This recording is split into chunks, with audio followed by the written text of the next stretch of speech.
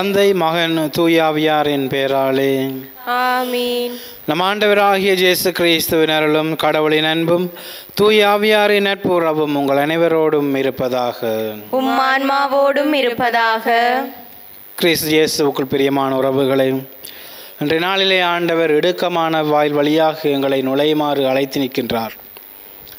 அதாவது இடுக்கமான வாயில் வழியாக நுழைவதென்றால் எங்களுக்குள்ளே நாங்கள் சேர்த்து வைத்திருக்கின்ற அனைத்தையும் துறந்து விட்டு, அனைத்தையும் இறக்கி வைத்து விட்டு, தனி மனிதனாக, ஒன்றுமில்லாத மனிதனாக இறைவனை நாங்கள் தேடிச் செல்ல வேண்டும். அவ்வாறு தேடிச் செல்கின்ற போது இறைவனுடைய ஆசீர்வாதத்தை நாங்கள் பெற்றுக்கொள்கின்ற மக்களாக மாறுவோம் என்று இன்றைய நாளிலே ஆண்டவர் எங்களுக்கு கூறி நிற்கின்றார். ஆகவே அன்புமிக்க சகோதரர்களை, இன்றைய நாளிலே நாங்கள் மன்றாடுவோம். நாங்கள் அன்றாடம் சுமக்கின்ற சுமைகள், தேவையற்ற சுமைகள், பாரங்கள் அனைத்தையும் இறக்கி வைத்து விட்டு இறைவனை தஞ்சம் என்று ஒன்றுமில்லாத மக்களாக இறைவனை நாடி செல்லுவோம். அதற்கான வரங்களை கேட்டு இந்த பலியிலே நாங்கள் மன்றாடுவோம். அன்புமிக்க சகோதரர்களை, இந்த பலியை நாங்கள் தகுதியுள்ளவர்களாக ஒப்புக் கொடுக்க, அதற்கு தடையாக இருக்கின்ற பாவங்களை, எங்களுடைய பணவீலங்களை இணைந்தவர்களாக இறைவனிடம் மன்னிப்பு கேட்டு மன்றாடுவோம்.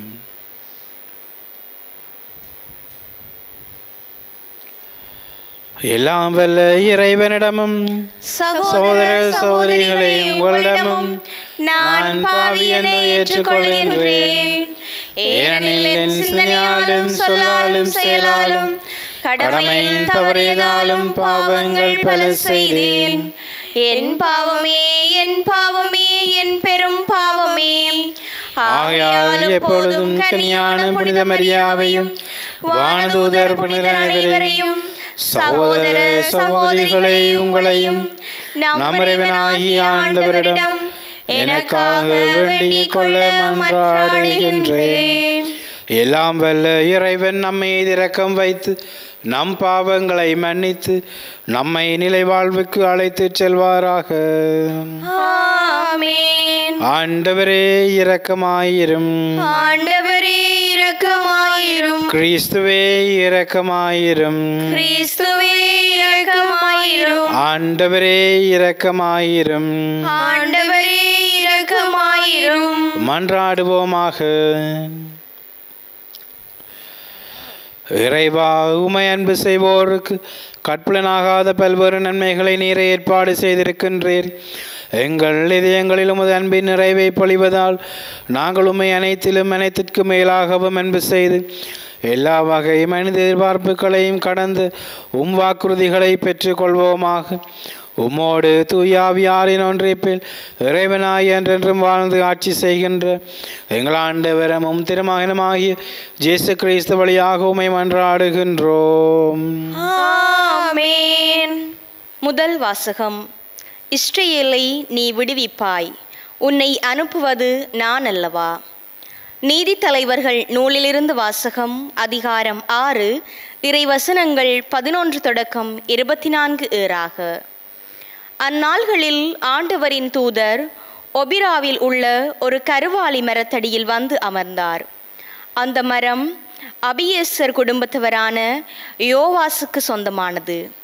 அவர் மகன் கிதியோன் மிதியானிடமிருந்து கோதுமையை மறைப்பதற்காக திராட்சை ஆலையில் கதிர்களை அடித்து கொண்டிருந்தார். ஆண்டவரின் தூதர் அவருக்கு தோன்றி, வலிமை மிக்க வீரனே, ஆண்டவர் உன்னோடு இருக்கிறார் என்றார். கிதியோன் அவரிடம், என் தலைவரே, ஆண்டவர் எம்மோடு இருக்கிறார் என்றால் ஏன் இவையெல்லாம் எமக்கு நேரிடுகின்றன? ஆண்டவர் எம்மை எகிப்து நாட்டிலிருந்து வெளியே கொண்டு வரவில்லையா என்று கூறி, எங்கள் தந்தையர் எமக்கு வியந்துரைத்து அவரது வியத்தொகு செயல்களெல்லாம் எங்கே? இப்பொழுது ஏன் ஆண்டவர் எம்மை இப்படி கைவிட்டு விட்டார்? எம்மை மிதியானியரின் கைகளில் ஒப்படைத்து விட்டாரே என்றார். ஆண்டவர் அவர் பக்கம் திரும்பி, உன்னுடைய இதே ஆற்றலுடன் செல்வாய், மிதியானியர் கையிலிருந்து இஸ்ரவேலை நீ விடுவிப்பாய், உன்னை அனுப்புவது நானல்லவா என்றார். கிதியோன் அவரிடம், என் தலைவரே, எவ்வழியில் நான் இஸ்ரவேலை விடுவிப்பேன்? இதோ மனாசேயிலேயே நலிவுற்றிருப்பது என் குடும்பம், என் தந்தை வீட்டிலேயே நான் தான் சிறியவன் என்றார். ஆண்டவர் அவரிடம், நான் உன்னோடு இருப்பதால் நீ தனியொரு ஆளாக மிதியானியரை வெல்வாய் என்றார். கிதியோன், உம் பார்வையில் எனக்கு தயவு கிடைத்துள்ளது என்றால் நீர்தான் என்னுடன் பேசுகிறவர் என்பதற்கு அடையாளம் ஒன்று காட்டும். நான் உம்மிடம் திரும்பி வந்து எனது உணவு படையலை கொண்டு வந்து உம் திருமுன் வைக்கும் வரை இவ்விடத்தை விட்டு அகலாதீர் என்றார். அவரும், நீ திரும்பும் வரை நான் இங்கேயே இருப்பேன் என்றார். கிதியோன் வந்து ஆட்டுக்குட்டியையும் 20 படி அளவுள்ள ஒரு மரக்கால் மாவால் புளியாத அப்பத்தையும் தயார் செய்தார். பிறகு அவர் இறைச்சியை ஒரு கூடையிலும் குழம்பை ஒரு சட்டியிலும் எடுத்துக்கொண்டு அந்த கருவாலி மரத்தடிக்கு வந்து அவரிடம் கொடுத்தார். கடவுளின் தூதர் அவரிடம் இறைச்சியையும் புளியாத அப்பத்தையும் கொண்டு வந்து இப்பாறை மீது வைத்து குழம்பை ஊற்று என்றார். அவரும் அவ்வாறே செய்தார். ஆண்டவரின் தூதர் தம் கையில் இருந்த கோலின் முனையால் இறைச்சியையும் புளியாத அப்பத்தையும் தொட்டார். பாறையிலிருந்து நெருப்பு எழும்பி இறைச்சியையும் புளியாத அப்பத்தையும் எரித்தது. ஆண்டவரின் தூதர் அவர் பார்வையிலிருந்து மறைந்தார். அப்போது கிதியோன் அவர் ஆண்டவரின் தூதர் என அறிந்து கொண்டார். கிதியோன், ஐயோ, இவர் என் தலைவராகிய ஆண்டவர், ஆண்டவரின் தூதரை நேருக்கு நேராக நான் பார்த்து விட்டேனே என்றார். ஆண்டவர் அவரிடம், உனக்கு நலமே ஆகுக, அஞ்சாதே, நீ சாக மாட்டாய் என்றார். கிதியோன் அங்கே ஆண்டவருக்கு ஒரு பலிப்பீடம் கட்டி எழுப்பினார். அதை நலம் நல்கும் ஆண்டவர் என அழைத்தார். அது இந்நாள் வரை அபியேசர் குடும்பத்திற்கு சொந்தமான ஒபிராவில் உள்ளது. இது ஆண்டவர் வழங்கும் அருள்வாக்கு. இறைவனுக்கு நன்றி. பதிலுரை பாடலுக்கு உங்கள் பல்லவியாக, இறைவன் தம் மக்களுக்கு நிறைவாழ்வை வாக்களிக்கின்றார். இறைவன் தம் மக்களுக்கு நிறைவாழ்வை வாக்களிக்கின்றார். இறைவன் தம் மக்களுக்கு நிறைவாழ்வை வாக்களிக்கின்றார். ஆண்டவராம் இறைவன் உரைப்பதை கேட்பேன். தம் மக்களுக்கு, தம் பற்றுமிகு அடியார்க்கு நிறைவாழ்வை அவர் வாக்களிக்கின்றார். அவர்களோ மடமைக்கு திரும்பி செல்லலாகாது. இறைவன் தம் மக்களுக்கு நிறைவாழ்வை வாக்களிக்கின்றார். பேரன்பும் உண்மையும் ஒன்றையொன்று சந்திக்கும், நீதியும் நிறைவாழ்வும் ஒன்றையொன்று முத்தமிடும். மண்ணினின்று உண்மை முளைத்தெழும், விண்ணினின்று நீதி கீழ் நோக்கும். இறைவன் தம் மக்களுக்கு நிறைவாழ்வை வாக்களிக்கின்றார். நல்லதையே ஆண்டவர் அருள்வார், நல்விளைவை நம் நாடு நல்கும். நீதி அவர் முன்னே செல்லும், அவர் தம் அடிச்சுவடுகளுக்கு வழிவகுக்கும். இறைவன் தம் மக்களுக்கு நிறைவாழ்வை வாக்களிக்கின்றார். இறைவன் தம் மக்களுக்கு நிறைவாழ்வை வாக்களிக்கின்றார்.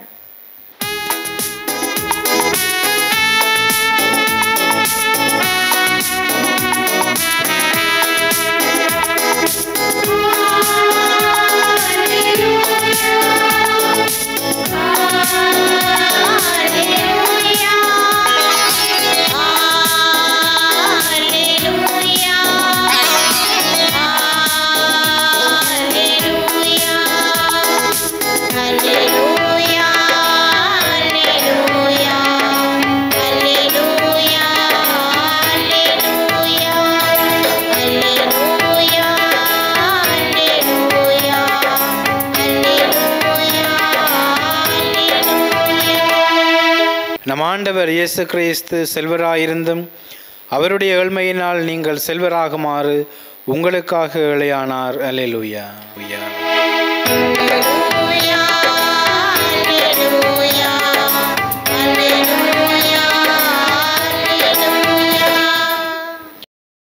ஆண்டவர் உங்களோடு இருப்பாராக, உம்மான்மாவோடும் இருப்பாராக. தூய மத்தேயு எழுதிய நற்செய்தியிலிருந்து வாசகம். அக்காலத்தில் இயேசு தம் சீடரிடம், செல்வர் விண்ணரசில் புகுவது கடினமென நான் உங்களுக்கு உறுதியாக சொல்கின்றேன். மீண்டும் உங்களுக்கு கூறுகிறேன், செல்வர் இறையாட்சிக்கு உட்படுவதை விட ஊசியின் காதில் ஒட்டகம் நுழைவது எளிது என்றார். சீடர்கள் இதை கேட்டு, அப்படியானால் யார்தாம் மீட்பு பெற முடியும் என்று கூறி மிகவும் வியப்படைந்தார்கள். இயேசு அவர்களை கூர்ந்து நோக்கி, மனிதரால் இது இயலாது, ஆனால் கடவுளால் எல்லாம் இயலும் என்றார். அதன் பின்பு பேதுரு இயேசுவை பார்த்து, நாங்கள் எல்லாவற்றையும் விட்டுவிட்டு உம்மை பின்பற்றியவர்கள் ஆயிற்றே, எங்களுக்கு என்ன கிடைக்கும் என்றார். அதற்கு இயேசு, புது படைப்பின் நாளில் மானிட மகன் தமது மாட்சிமிகு அரியணையில் வீற்றிருப்பார். அப்போது என்னை பின்பற்றிய நீங்களும் இஸ்ரவேலின் 12 குலத்தவருக்கும் நடுவராய் 12 அரியணையில் வீற்றிருப்பீர்கள் என உறுதியாக உங்களுக்கு சொல்கின்றேன். மேலும் என் பேரின் பொருட்டு வீடுகளையோ சகோதரர்களையோ சகோதரிகளையோ தந்தையோ தாயையோ பிள்ளைகளையோ நிலபுலன்களையோ விட்டுவிட்ட எவரும் 100 மடங்காக பெறுவர், நிலைவாழ்வையும் உரிமை பேராக அடைவர். ஆனால் முதன்மையானோர் பலர் கடைசியாவர், கடைசியானோர் பலர் முதன்மையாவர் என்று அவர்களிடம் கூறினார். இது கிறிஸ்து வழங்கும் நற்செய்தி. கிறிஸ்துவே உமக்கு புகழ். கிறிஸ்து இயேசுவுக்குள் பிரியமான உறவுகளே, இன்றைய நாளிலே ஆண்டவர் இயேசுனுடைய வார்த்தைகளை நாங்கள் கேட்கின்ற போது ஆண்டவர் கூறுகிறார், செல்வர் விண்ணரசில் புகுவது கடினம், அதைவிட ஊசியின் காதில் ஒட்டகம் நுழைவது எளிது என்கின்றார். இந்த இடுக்கமான வாயில் என்றால் என்ன? எங்களுக்கு எல்லாருக்கும் ஒரு கேள்வி இருக்கும். இந்த இடுக்கமான வாயில், உண்மையிலே இந்த இடுக்கமான வாயில் என்று குறிப்பது எருசலேமின் கதவுகளை. இந்த கதவுகள் பகல் நேரத்தில் திறந்திருக்கும், அதாவது பெரிய கதவுகள் திறந்திருக்கும். இரவு நேரங்களில் ஒரு சிறிய கதவு மட்டுமே திறந்திருக்கும். இந்த திறந்திருக்கிற பெரிய கதவுகள் வழியாக ஒட்டகங்கள் தங்களுடைய சாமான்களை தூக்கிக் கொண்டு இந்த எருசலேமுக்குள் நுழையலாம், இலகுவாக நுழையலாம். ஆனால் இரவு நேரங்களில் இந்த ஒட்டகம் நுழைவது மிகவும் கடினமாக இருக்கும். ஏனென்றால் இந்த இடுக்கமான வாயில் வழியாக நுழைய வேண்டுமென்றால் இந்த ஒட்டகங்கள் தங்களுடைய சுமைகளை இறக்கி வைத்துவிட்டு அது இந்த ஒட்டகங்களும் முழங்காலிலிருந்து தான் செல்ல வேண்டும். அப்போது அப்படி சென்றால்தான் அந்த ஒட்டகங்கள் ஜெருசலேமுக்குள் நுழைய முடியுமாக இருக்கும். அதைத்தான் நாளில் ஆண்டவர் எங்களுக்கு உருவகமாக தந்து நிற்கின்றார். செல்வர் இறையாட்சிக்கு உட்படுவதை விட ஊசியின் காதில் ஒட்டகம் நுழைவது எளிது. அதாவது நாங்கள் ஜெருசலேமுக்குள் நுழைய வேண்டுமென்றால் எங்களை நாங்கள் தாழ்த்தி கொண்ட மக்களாக இருக்க வேண்டும். நாங்கள் இந்த உலகிலே எங்களுக்கென்று சேர்த்து வைத்திருக்கின்ற சொத்துக்கள், நாங்கள் இந்த உலகத்திலே எண்ணுகின்ற எண்ணங்கள், எங்களுடைய சிந்தனைகள் அனைத்தையும் நாங்கள் இறக்கி வைத்துவிட்டு முழந்தால் படியிட்டு எங்களை தாழ்த்தி இறைவனிடம் செல்கின்ற போது நாங்களும் எருசலேமுக்குள் நுழைகின்ற மக்களாக இருக்கின்றோம். அதைத்தான் நாளிலே ஆண்டவர் இந்த உருவகம் வாயிலாக எங்களுக்கு கூறி நிற்கின்றார். ஆகவே நாங்கள் சிந்திப்போம். நாளிலே நாங்களும் எருசலேம் நோக்கி பயணிக்கின்ற திருப்பயணிகளாக இருக்கின்றோம், நம்பிக்கையின் திருப்பயணிகளாக இருக்கின்றோம். ஆகவே நாங்கள் இந்த திருப்பயணிகளாக பயணிக்கின்ற போது எவ்வகையான மூட்டைகளை நாங்கள் சுமந்து கொண்டு செல்கின்றோம், எவ்வகையான சுமைகளை நாங்கள் எங்களுக்கு மேலே போட்டுக்கொண்டிருக்கின்றோம் என்று சிந்திப்போம். எருசலேமுக்குள் செல்ல வேண்டுமென்றால் இவைகளோடு செல்வது கடினம். இவைகளை நாங்கள் இறக்கி வைத்து விட்டால்தான் இலகுவாக செல்லலாம். ஆகவே இன்றைய நாளிலே நாங்கள் விசேட விதமாக மன்றாடுவோம். ஆண்டவர் இயேசு கூறியது போல ஆண்டவரின் பெயரால் எங்களுடைய பாரங்களை, அதாவது இந்த தேவையற்ற எண்ணங்களை, தேவையற்ற சிந்தனைகளை, உலகியல் போக்குகளை, எங்களுடைய சொத்துக்கள் சுகங்களை இறக்கி வைத்து விடுவோம். இறைவனுக்காக அனைத்தையும் இறக்கி வைக்கின்ற போது ஆண்டவர் எங்களுக்கு 100 மடங்காக 200 மடங்காக பல மடங்காக எங்களுக்கு திருப்பி தருவார்.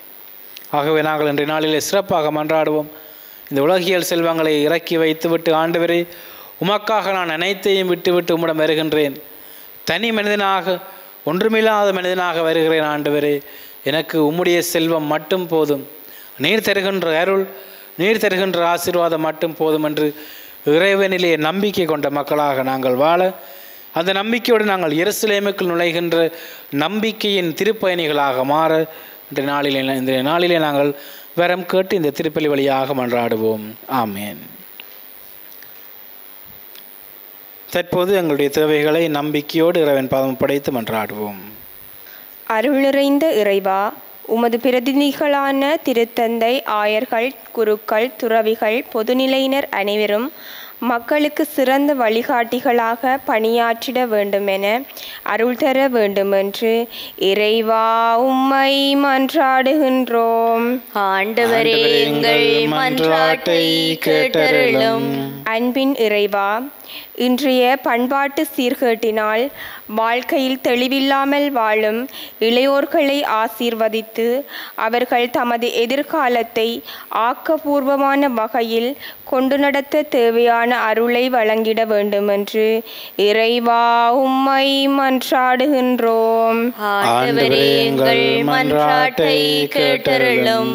வியத்தகு ஆலோசகரே இறைவா, உம்முடைய பிள்ளைகளாகிய நாம் எம்மை சூழ்ந்துள்ள தீமைகளை இனங்கண்டு இறை பற்றின்மையையும் உலகு சார்ந்த தீய நாட்டங்களையும் விடுத்து நேர்மையுடனும் இறை பற்றுடனும் வாழ அருள் தர வேண்டுமென்று இறைவா உம்மை மன்றாடுகின்றோம். ஆண்டவரே, எங்கள் மன்றாட்டை கேட்டருளும். நீதியின் தெய்வமே இறைவா, எம் நாட்டை ஆளும் ஆட்சியாளர்கள் அனைவரையும் உமது ஆசீரால் நிறைத்தருளும். அவர்களின் ஆணவ போக்குகளை அகற்றி நீதியுடனும் நேர்மையுடனும் மக்களுக்கு நல்லாட்சி புரிய வேண்டுமென்று இறைவா உம்மை மன்றாடுகின்றோம். ஆண்டவரே, எங்கள் மன்றாட்டை கேட்டருளும். எங்களுடைய சொந்த கருத்துக்களுக்காக மன்றாடுவோம்.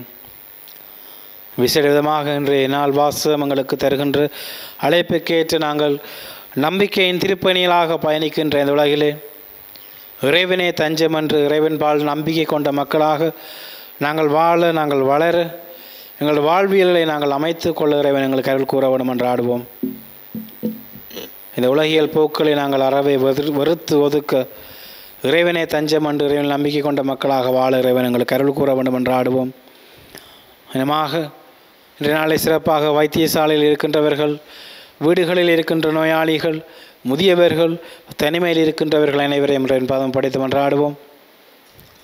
இன்றைய காலகட்டத்தில் பல இளைஞர் யுவதிகள் திசை மாறி, வழி மாறி, தடம் மாறி பயணிக்கின்றார்கள்.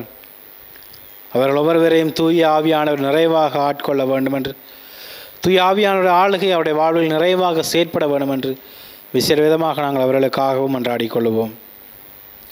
இன்னமாக இந்த திருப்பலியை தொலைக்காட்சி வழியாக, இணையம் வழியாக பார்த்து கொண்டிருக்கின்றார்கள் ஒவ்வொருவரையும் இறைவனுடைய ஆளுகை எங்கள் மேல் நிறைவாக கிடைக்க வேண்டும் எனவும்,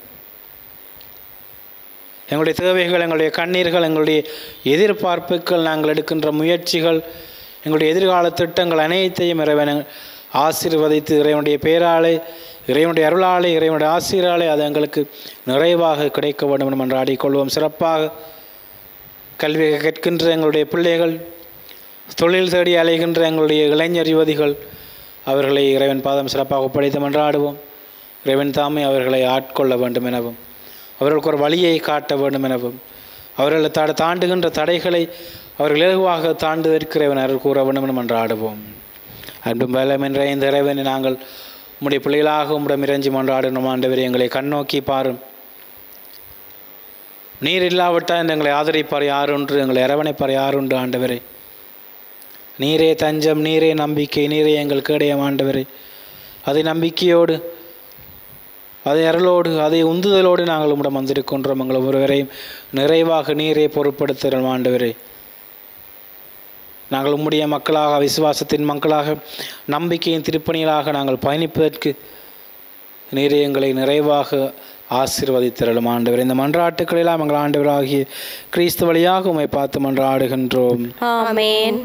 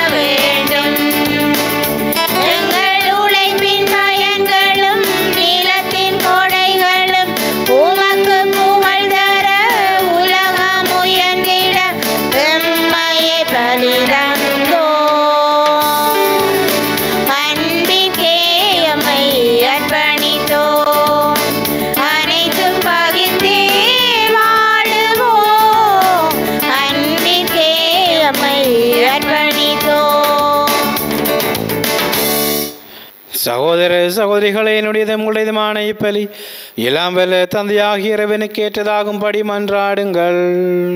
ஆண்டவர் தமது பெயரின் புகழ்ச்சிக்காகவும் மாட்சிக்காகவும் நமது நன்மைக்காகவும் புனித திரு அவை அனைத்தின் நலனுக்காகவும் உமது கையிலிருந்து இப்பலியை ஏற்றுக்கொள்வாராக. ஆண்டவரே, மாட்சிமிக்க மாற்றங்களை ஏற்படுத்தும் எங்கள் காணிக்கைகளை ஏற்றலும். அதனால் நீர் தந்த வெற்றி எமக்கு ஒப்பு கொடுத்து உண்மையை நாங்கள் பெற்றுக்கொள்ள தகுதி பெறுவோமாக.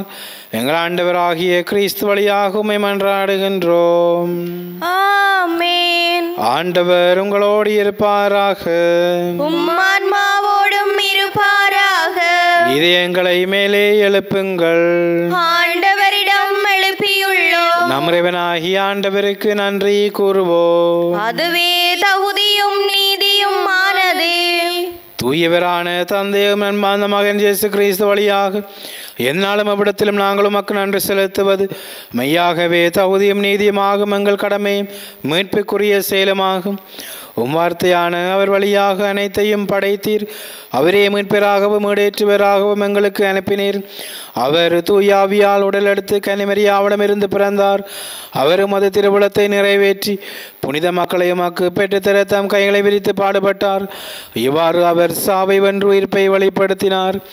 ஆகவே வானதூதரோடும் புனித அனைவரோடும் சேர்ந்து நாங்கள் உமது மாட்சியை புகழ்ந்துரைத்து ஒரே குரலாய் சொல்லுவதாவது: தூயவர் தூயவர் தூயவர், வான்படிகளின் கடவுளாம் ஆண்டவர். விண்ணகமும் மண்ணகமும் உமது மாட்சியால் நிறைந்துள்ளன. உன்னதங்களிலே ஓசானா. ஆண்டவர் பெயரால் வருகிறவர் ஆசி பெற்றவர். உன்னதங்களிலே ஓசானா.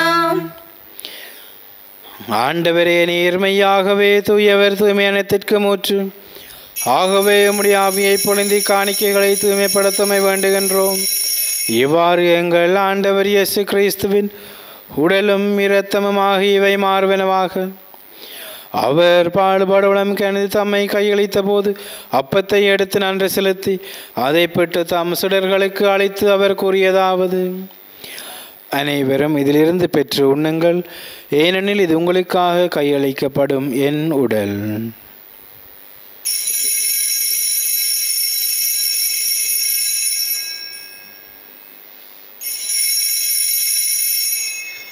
அவ்வண்ணமே இரவிருந்தை அருந்திய பின் கிண்ணத்தையும் எடுத்து மீண்டும் உமக்கு நன்றி கூறி தம் சுடர்களுக்கு அழைத்து அவர் கூறியதாவது: அனைவரும் இதிலிருந்து பெற்று பருகுங்கள், ஏனெனில் இது புதிய நிலையான உடன்படிக்கைக்குரிய இரத்தத்தின் கிண்ணம். இது பாவ மன்னிப்புக்கென்று உங்களுக்காகவும் பலருக்காகவும் சிந்தப்படும். இதை என் நினைவாக செய்யுங்கள்.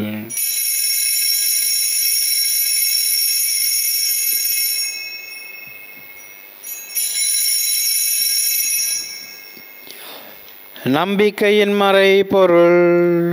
ஆண்டவரே, நீர் வருமளவும் உமது இறப்பினை அறிக்கையிடுகின்றோம், உமது உயிர்ப்பினையும் எடுத்துரைக்கின்றோம். ஆகவே ஆண்டவரே, நாங்கள் கிறிஸ்துவின் இறப்பினையும் உயிர்ப்பினையும் நினைவு கூர்ந்து வாழ்வதரும் அப்பத்தையும் மீட்பளிக்கும் கிண்ணத்தையும் மக்கு ஒப்புக் கொடுக்கின்றோம். ஓம் திருமுன் என்று உமக்கு ஊழியமுரிய தகுந்தவர்களை எங்களை ஏற்றுக்கொண்டீர். எனவே உமக்கு நன்றி செலுத்துகின்றோம். மேலும் கிறிஸ்துவின் உடலிலும் இரத்தத்திலும் பங்கு கொள்ளும் எங்களை தூய ஆவியார் ஒன்று சேர்க்க வேண்டும் என உமை தாழ்மையுடன் மன்றாடுகின்றோம். ஆண்டவரே, உலகெங்கும் பரவியிருக்கும் திரு அவை நினைவு கூர்ந்தருளும். எங்கள் திருத்தந்தை 14ஆம் லியோ, எங்கள் ஆயர் ஜஸ்டின் ஞான பிரகாசம் ஆண்டகை, எல்லா திருநிலையினராகிய அனைவரோடும் உமது திரு அவை அன்பில் நிறைவு பெறச் செய்தருளும். மேலும் வைத்தலும் எதிர்நோக்குடன் துயில் கொள்ளும் எங்கள் சகோதர சகோதரிகளை இறந்தோர் அனைவரையும் இரக்கத்துடன் நினைவு கூர்ந்து உமது திருமுகலினுள் ஏற்றருளும். எங்கள் அனைவர் மீதும் இரக்கமாயிரும். கடவுளின் கன்னித்தாயான புனித மரியா, அவருடைய கணவரான புனித ஜோசேப், புனித திருத்தூதர்களை உலகில் உமக்கு வந்தவராயிருந்தோர் ஆகிய புனிதர் அனைவருடனும் நாங்கள் நிலை வாழ்வில் பங்கு கொள்ளும் தகுதி பெற்று உம் திருமகன் இயேசு கிறிஸ்து வழியாக உமை புகழ்ந்தேத்தும் வரமருள் உமை மன்றாடுகின்றோம்.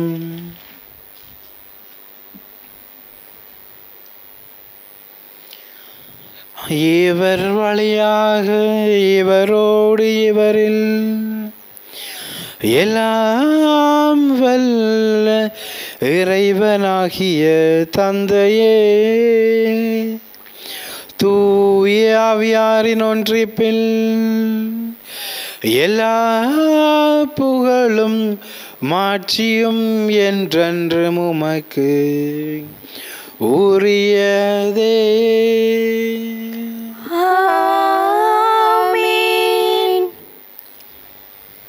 எங்களுடைய தேவைகளை நினைந்தவர்களாக இறைவன் கெடுத்தந்த சுபத்தை நம்பிக்கையுடன் எடுத்துச் சொல்லி மன்றாடுவோம். விண்ணுலகில் இருக்கிற எங்கள் தந்தையே, உமது பெயர் தூயதென போற்ற பெறுக. உமது ஆட்சி வருக. உமது திருவுளம் விண்ணுலகில் நிறைவேறுவது போல மண்ணுலகிலும் நிறைவேறுக. எங்கள் அன்றாட உணவை இன்று எங்களுக்கு தாரும்.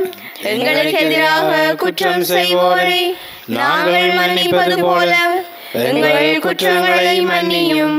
எங்களை சோதனைக்குட்படுத்தாதேயும், தீமையிலிருந்து எங்களை விடுவித்தருளும். ஆண்டவரே, தீமை அனைத்திலுமிருந்து எங்களை விடுவித்து எங்கள் வாழ்நாளில் அமைதியை கனிவுடன் அருளுமை மன்றாடுகின்றோம்.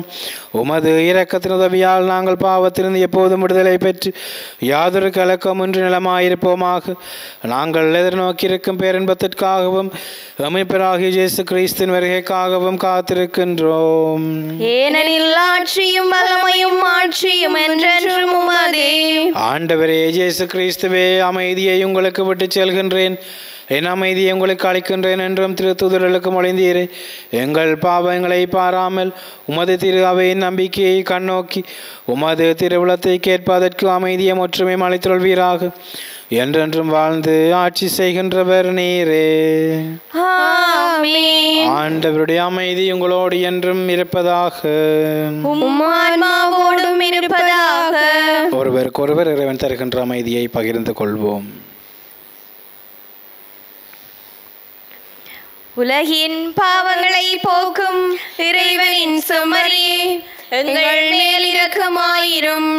உலகின் பாவங்களை போக்கும் இறைவனின் செம்மறியே, எங்கள் மேல் இரக்கமாயிரும். உலகின் பாவங்களை போக்கும் இறைவனின் செம்மறியே, எங்களுக்கு அமைதியை அளித்தருளும்.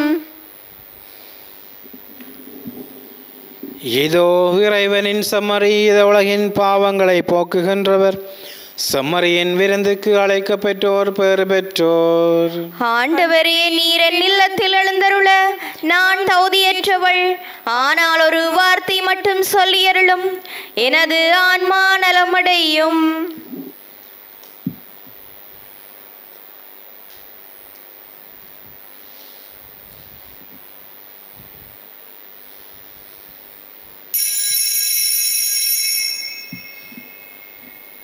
நற்கருணை ஆன்மீக சுபம். நற்கருணையில் உயிருடலாக வீற்றிருக்கும் ஆண்டவராகிய இயேசுவே, இத்தருணத்தில் அருட்சாதன வடிவில் உம்மை பெற்றுக்கொள்ள இயலாததால் நான் உம்மை ஆன்மீக ரீதியில் பெற்றுக்கொள்ள மிகுந்த ஆசையாயிருக்கின்றேன். ஆண்டவராகிய இயேசுவே, என் உள்ளத்தில் எழுந்தருளி வாரும். ஆமேன்.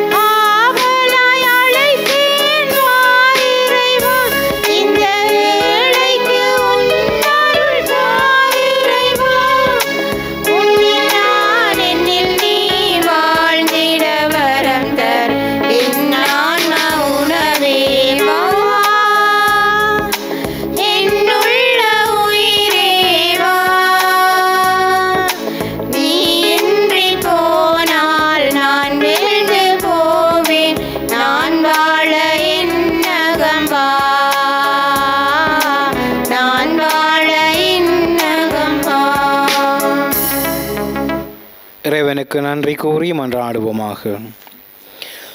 ஆண்டவரை இவ்வருள் அடையாளங்களால் கிறிஸ்துடன் ஒன்றிருந்து நாங்களும் அது கனிவை பணிவுடன் வேண்டுகின்றோம். அதனால் நாங்கள் இவ்வுலகில் கிறிஸ்துவின் சாயலுக்கு ஒத்திருந்து விண்ணகத்தில் அவருடன் தோழமை கொள்ள தகுதி பெறுவோமாக.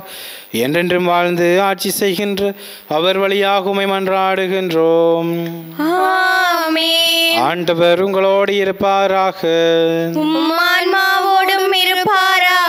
எல்லாம் வல்ல இறைவன் தந்தை, மகன், தூயாவியார் உங்களையும் உங்கள் குடும்பங்களையும் உங்கள் தொழில்துறைகளையும் கல்வி வாழ்வையும் நிறைவாக ஆசீர்வதிப்பாராக.